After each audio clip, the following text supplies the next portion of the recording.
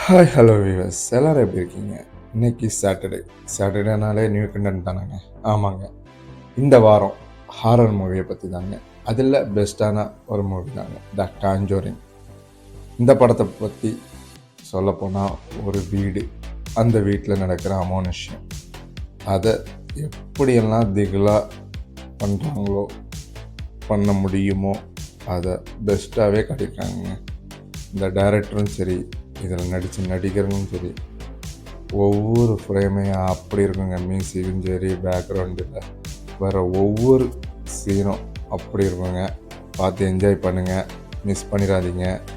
இந்த மாதிரி படத்தை தனியாக நின்று பார்க்குறவங்க யாராவது இருந்தால் தனியாக பாருங்கள், இல்லை ஃபேமிலியாக பார்க்குறவங்களும் பாருங்கள்.